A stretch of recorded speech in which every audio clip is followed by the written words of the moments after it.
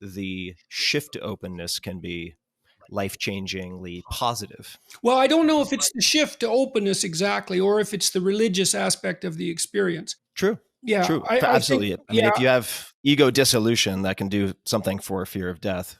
Oh, yeah. I also think that's phenomenal research. It's unbelievably interesting. Um, and it's certainly the case that, like, I firmly believe that the world is not the way we perceive it. It's deeply strange. And I do believe that the hallucinogens reveal that. Um, and I don't think that attempts to drive them underground have been particularly fruitful. One of the consequences of the war on drugs is now we have like 500 psychoactive chemicals instead of 20 or 30, because chemists keep chasing the laws. And so making it illegal doesn't look like a good solution. I wouldn't, that doesn't mean we have a good solution. Yeah. Yeah. 100% agreed. I mean, if you just look also at, black market synthesis of something like MDMA, you have deforestation in Cambodia, or you have chemicals being dumped in Holland, which is a real nexus for production.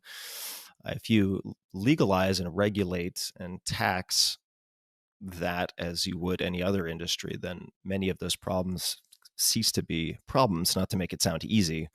But I agree with you, as I suppose what I'm saying.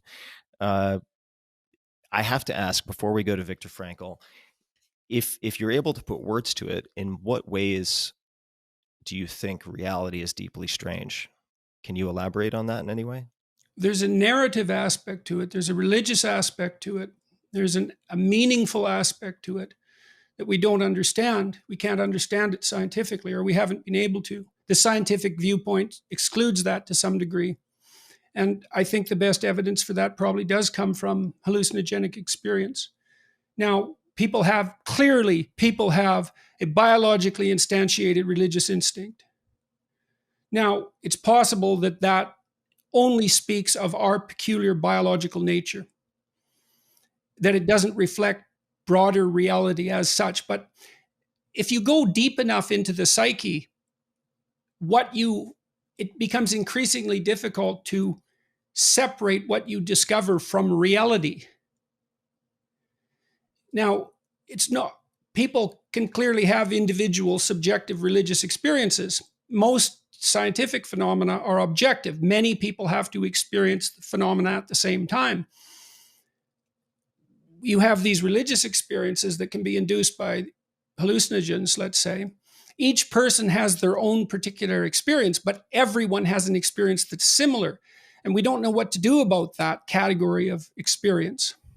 And then, we think in stories and we see the world through a structure of value.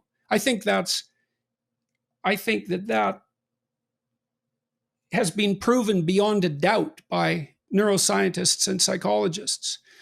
And the fact that we see the world through a prism of value seems to indicate that there's something about value that's real. And so that's partly why things are deeply mysterious. I mean, Rick Strassman, he terrified himself right out of the DMT research, as far as I could tell, because all his subjects came back and said, well, I went somewhere else and saw aliens. It's like, well, it was a dream. No, sorry, wasn't a dream. It was way more real than any dream. In fact, it was actually more real than life. Well, what do you do with that? What do you do? Especially when it's every subject, or almost every subject, yeah, exactly. And not one out of 30. Yeah, exactly. No one knows what to do with that. We don't know what to do with that at all.